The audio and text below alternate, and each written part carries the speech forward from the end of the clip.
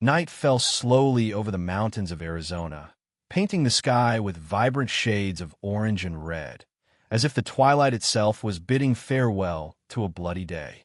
Liv Mercer drove her adapted van through the winding curves of a deserted road, where the silence was broken only by the subtle rustling of the wind brushing against the desert dust. The radio remained off. At that moment, there was no room for distractions, only the steady, rhythmic sound of her two dogs, Echo and Bravo, breathing in the back, always alert, as if they knew that every curve held a mystery or danger. To a casual observer, the dogs might seem like mere loyal companions to a war veteran. However, to Liv, they were much more than that.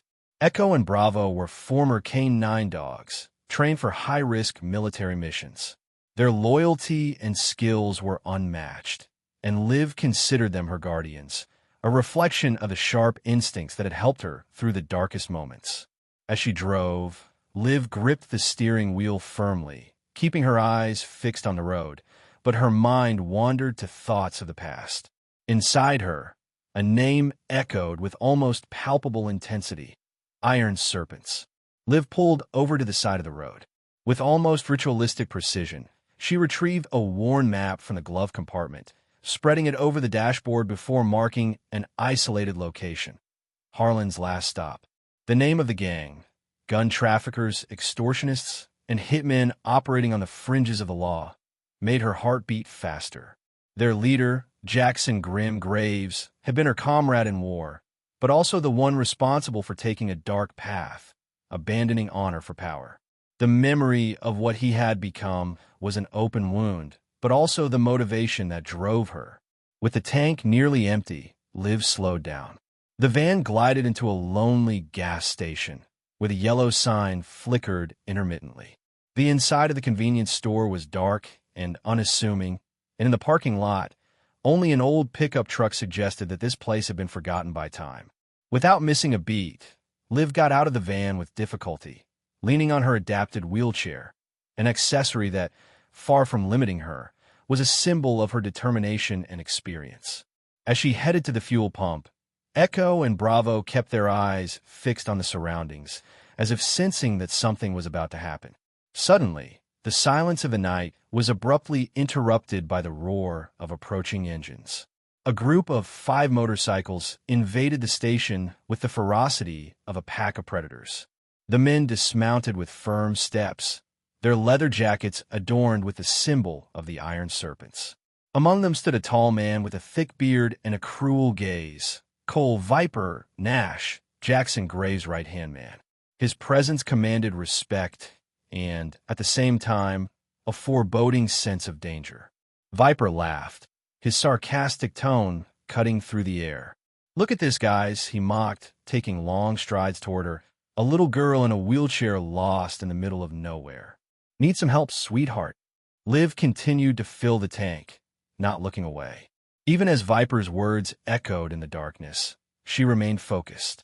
Meanwhile, Echo and Bravo remained on high alert, every muscle ready to react. It was as if the dogs sensed the tension in the air, prepared to act at any moment, just like in the old days when they worked together on military missions. The tension grew as Viper got closer. With a smug smile, he leaned in closer and said, "Not going to say anything? That's rude. We're trying to be nice." At that moment, one of the bikers, a burly man with tattoos snaking up his neck, pointed at the dogs and commented, "Hey, Viper, you think these ones could put up a good fight against our pit bulls?" Liv, without showing fear, slowly turned to face them. Her voice came out firm and unwavering. "Do you really think your dogs can handle K-9 units trained to kill?" The group fell silent for a brief moment, as if Liv's words had struck them unexpectedly.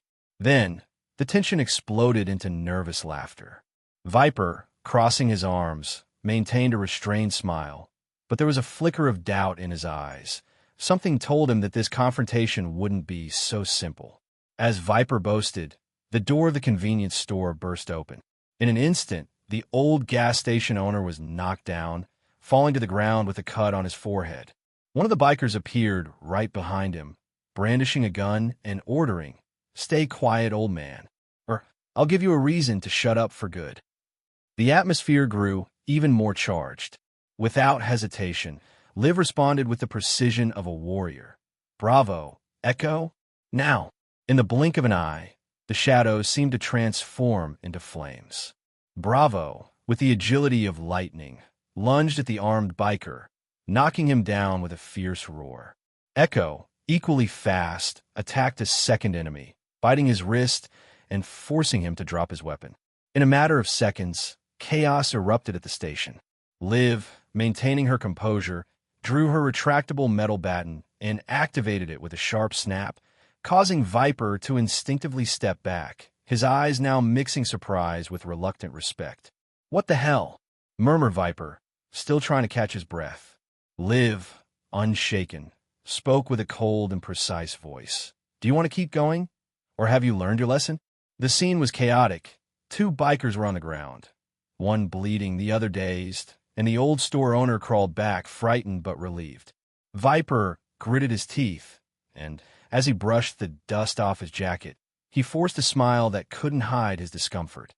"You got guts, girl, but this isn't over." With a quick gesture, Viper signaled for his men to get up. In silence, they gathered their wounded, and with one last defiant look, Viper muttered, "Jackson's going to want to know about this." And with the roar of engines and the pungent smell of gasoline still in the air, the iron serpents disappeared down the road. Liv took a deep breath, the weight of the confrontation lingering in the air. She knew that, despite the momentary victory, the war had only just begun. Every curve of that road seemed to announce new challenges, and deep down, she felt that the past, and Jackson, would continue to haunt her. After the iron serpents disappeared, the night was once again dominated by heavy silence and darkness. Liv stood still for a few moments, her eyes fixed on the empty road as the echo of the engines slowly faded. She knew the threat hadn't been eliminated. Jackson Grim Graves, her former comrade in war and now relentless enemy, had certainly learned of her intervention. When a man like him puts someone in his sights, there's no escaping without facing the consequences. Liv holstered her retractable baton and, with a short whistle, ordered Bravo and Echo to position themselves close to her, ready to react to any new sign of danger. The dogs obeyed without question, their instincts always fine-tuned to detect threats. It was as if they were still on duty, ready to protect Liv at all costs, just like in the days when they worked together as a K9 team. While the van remained parked in that lonely corner, the old gas station owner, Harlan Briggs, struggled to his feet, still stained with blood and pain. His eyes, filled with weariness and a wisdom earned through years of struggle, shifted from Liv to the dogs, and then to the bikers who, even wounded, slowly dragged themselves back to their bikes. "Girl, you just put a target on your back," Harlan said in a hoarse but concerned voice. Liv, without losing her cold tone, grabbed a rag hanging from the shelf and tossed it to Harlan. "They put the target on me. I just returned the favor." Harlan wiped his face with the rag, still watching Liv's every move with a mix of admiration and apprehension. "You're not just anyone. You're going after them, aren't you?" Liv hesitated for a moment. She wasn't necessarily chasing the iron serpents, but the past, that ghost that haunted her, wouldn't let her rest. She walked to the van, opened the glove compartment with steady hands, and pulled out a battered file, its yellowed pages bearing the marks of countless battles. On the header, it read Dossier, Jackson Graves. Liv paused for a moment, her eyes fixed on the last photo of him, a former soldier with a scruffy beard, his gaze hardened by the hell he had faced and felt the weight of betrayal. They had been mission partners, brothers in arms, until Jackson chose the path of chaos and power, abandoning the ideals that once united them. Harlan, who watched the scene with a curious look, asked, "Did he do something to you?" Liv closed the file with a sharp motion, putting it back in the compartment. "He killed a friend, and now he wants to kill more people." The old man let out a dry, almost ironic laugh. "So, you're after revenge, huh?" Liv fixed her eyes on Harlan and responded with a firm voice. "If I wanted revenge, Jackson would already be dead." Without wasting time, she grabbed an extra gas can, placed it in the van, and prepared to continue her journey. However, As she turned the key in the ignition, a headlight unexpectedly appeared in the rearview mirror. A black, unmarked pickup truck was advancing with determination. Liv's heart raced. She knew they hadn't left. Harlan, who was watching the scene, warned, "You need to get out of here. Now." Without hesitation, Liv hit the accelerator and the van sped down the road. Echo and Bravo assumed combat positions inside the vehicle, ready to act.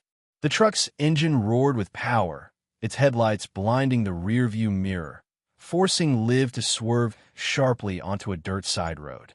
The rear window shattered with a sharp bang. Gunshots echoed in the darkness. Liv yanked the steering wheel firmly, skidding over the gravel, but her determination was stronger than her fear.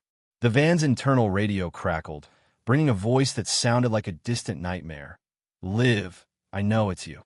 It was the voice of Jackson Graves.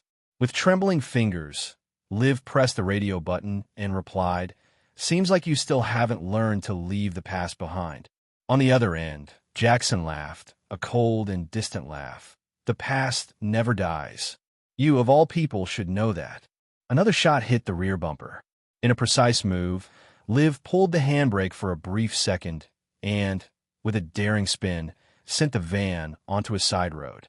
The truck passed dangerously close, almost going off the road, but in an instant, Liv didn't hesitate.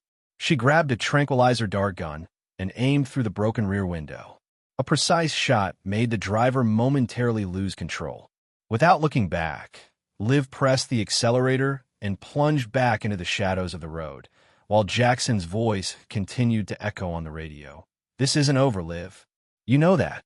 As she turned off the radio, Liv felt that the war was far from over. The past, with all its pain and betrayals, still awaited her. And if she wanted to end this story, she would have to face her past head-on. The deserted road stretched before Liv like a corridor of memories, where every kilometer brought back the ghosts of the past. As the van moved forward, the headlights illuminated a trail of dust that disappeared among the arid hills of Arizona. In the silence of the night, every curve seemed to reveal both the present and the remnants of a time when Liv and Jackson fought side by side. Today, however, that same past had turned into fury and justice. Liv gripped the steering wheel with determination, and her thoughts took her back to the days when she trained and fought with Jackson. They had been mission partners, brothers in arms, united by the same belief in honor. But time, relentless, had turned Jackson into a man thirsty for power, capable of betraying and destroying even those who were once closest to him. It was in this same setting that Jackson, in his quest for control, had killed Sam Keller, the only man Liv considered a brother. The silhouette of an old mining outpost began to emerge on the horizon. It was the Iron Serpent's lair, a decaying structure abandoned for decades, but still vibrating with the presence of men who lived on the fringes of the law. Surrounded by trucks and motorcycles, the place was a perfect refuge for those who wanted to disappear from the world's eyes. Liv parked the van at a safe distance and cautiously got out, carrying the same determination that had always defined her. She grabbed a pair of binoculars from the van and, with sharp eyes, scanned the terrain. In the center of the yard, under the dim light of a yellowed street lamp, Jackson Graves stood tall, like an imposing specter. His arms, marked by scars and tattoos, moved as he spoke with Cole Viper, Nash, and other gang members. His cold, calculating gaze rested on a man kneeling before him, a prisoner visibly beaten, his face bloodied and his expression one of someone who had endured too much. Liv narrowed her eyes, feeling a silent fury. That scene was a painful reminder of everything she had lost. She knew that man wasn't just a biker, but an informant who had somehow gotten involved with the Iron Serpents. In a quick move, Jackson drew a knife and, with military precision, cut the ropes binding the prisoner. The man fell to the ground, gasping, as Jackson ordered, "Get him up." Two bikers, with mechanical gestures, lifted the prisoner by his arms. Jackson, wiping the blade of his knife with a stained cloth, commented in a cold voice, "The problem with informants is that they think they can betray and just disappear.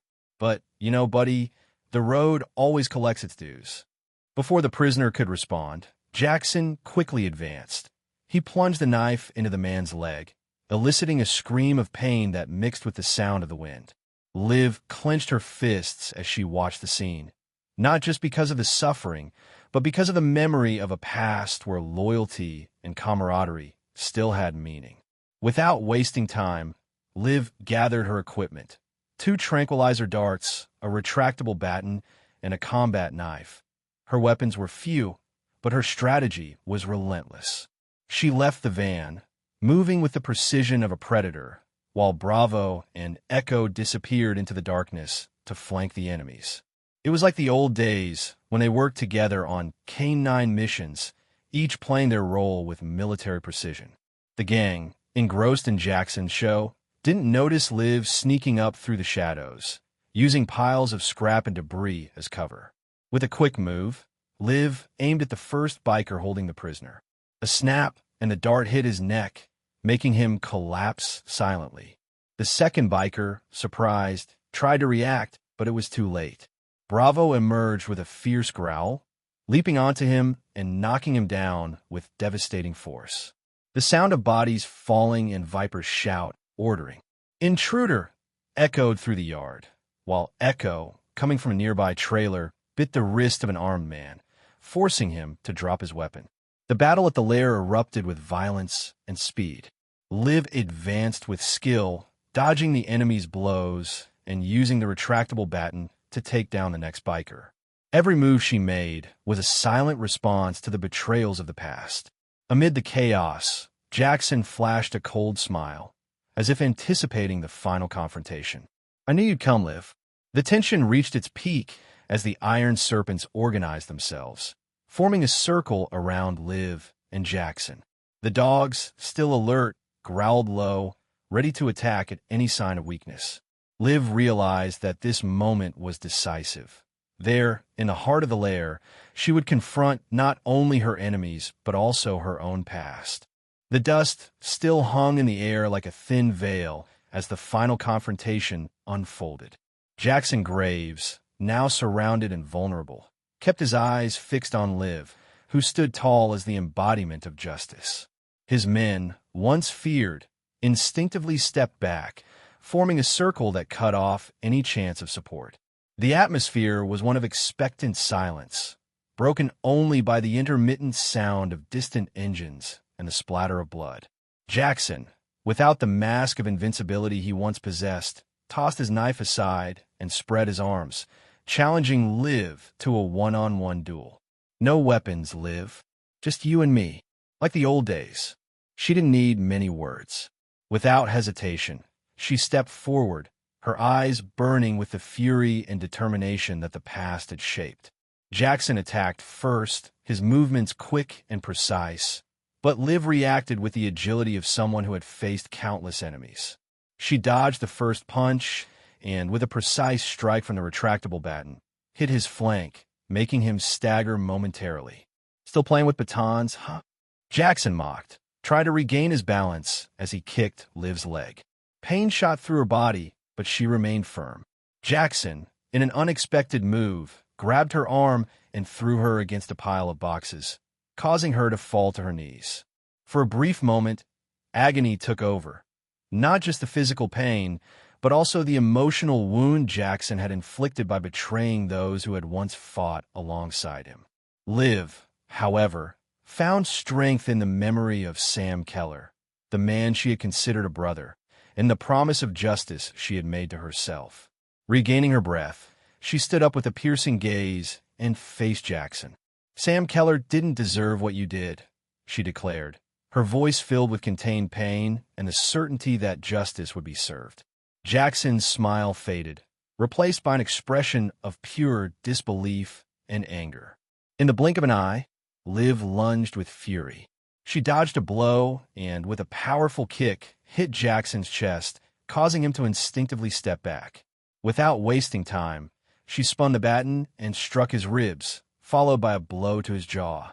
The sound of breaking bones echoed as Jackson fell, defeated for the first time. The bikers, shocked by the scene, stood frozen. The leader who once commanded with an iron fist was now lying on the ground, unconscious. Jackson, even in his defeat, spat blood and laughed hoarsely, defying the idea that the confrontation was over. "You think this ends here?" Liv, without hesitation, drew her tranquilizer gun and aimed it at Jackson's chest. With a firm and unyielding voice, she said, "Yes." The shot was short and decisive. Jackson fell further, while the iron serpents, disoriented, began to disperse. Viper was the first to retreat, followed by his men. Without a leader, the gang fell apart like a house of cards. Liv approached the prisoner who had been rescued during the chaos, a middle-aged man with a face marked by violence. He was trying to catch his breath as he leaned against one of the trailers. "Can you walk?" Liv asked, her voice soft but firm. The man nodded with difficulty, and Liv, keeping the gun in hand, continued, "Then let's go." Without missing a beat, she approached, leaned beside him, and grabbed his communication radio. With a quick move, she pressed the button and spoke with a resolute voice. "This is Olivia Mercer. I have Jackson Graves and enough evidence to take down the entire Iron Serpent gang. Send a squad to the coordinates I'm transmitting now." The response came almost instantly. "Received, Mercer. Team on the way." Porter, as the man introduced himself, a private investigator infiltrated to gather evidence against Jackson, approached, his face marked but with a look of relief. "After everything I've been through, you can bet I'm ready to testify," he said with a tired smile. The sound of sirens broke through the dawn. The blue and red lights of the police cars spread across the yard as armed men from the Arizona Police Department surrounded the area, apprehending the last bikers without resistance. The defeat of the Iron Serpents was inevitable. Jackson, who was starting to wake up, shook his head, trying to comprehend what had happened. When he saw the police approaching, he let out a hoarse, humorless laugh. "After all, Liv, do you still believe in the law?" She looked at him coldly, responding without hesitation. "I believe in justice." The police handcuffed Jackson and led him to the squad car. As he was dragged away, he cast one last look, filled with fury and defiance. This isn't over. But Liv knew that, finally, he was no longer a threat. As the sun began to rise on the horizon, painting the sky with golden hues, Liv remained by the van. Echo and Bravo, now more relaxed, rested by her side, as if the exhaustion of intense days was finally giving way to peace. Porter approached again and asked, "What are you going to do now?" Liv took a deep breath, feeling the weight of the night, with all its pain and battles, beginning to dissipate. "Move forward. There's always another place to go. Another problem to solve," she replied, with the conviction of someone who had learned to turn the past into strength for the future. Porter smiled, understanding the silent message. "If you need a contact within the law, look me up. I owe you one." Liv nodded, and with one last look at the wreckage of the Iron Serpents, she opened the van door. Echo and Bravo quickly jumped in, as if they knew that, even after the storm, the journey would continue. With the engine roaring, the dust rose, and the van disappeared down the road, carrying with it the buried past and the promise of a new beginning. Did you enjoy this electrifying journey of loyalty, revenge, and redemption? Then leave your like, share this story with your friends, and subscribe to the channel for more intense narratives filled with action and suspense. Turn on notifications so you don't miss any adventure full of twists, courage, and reckoning.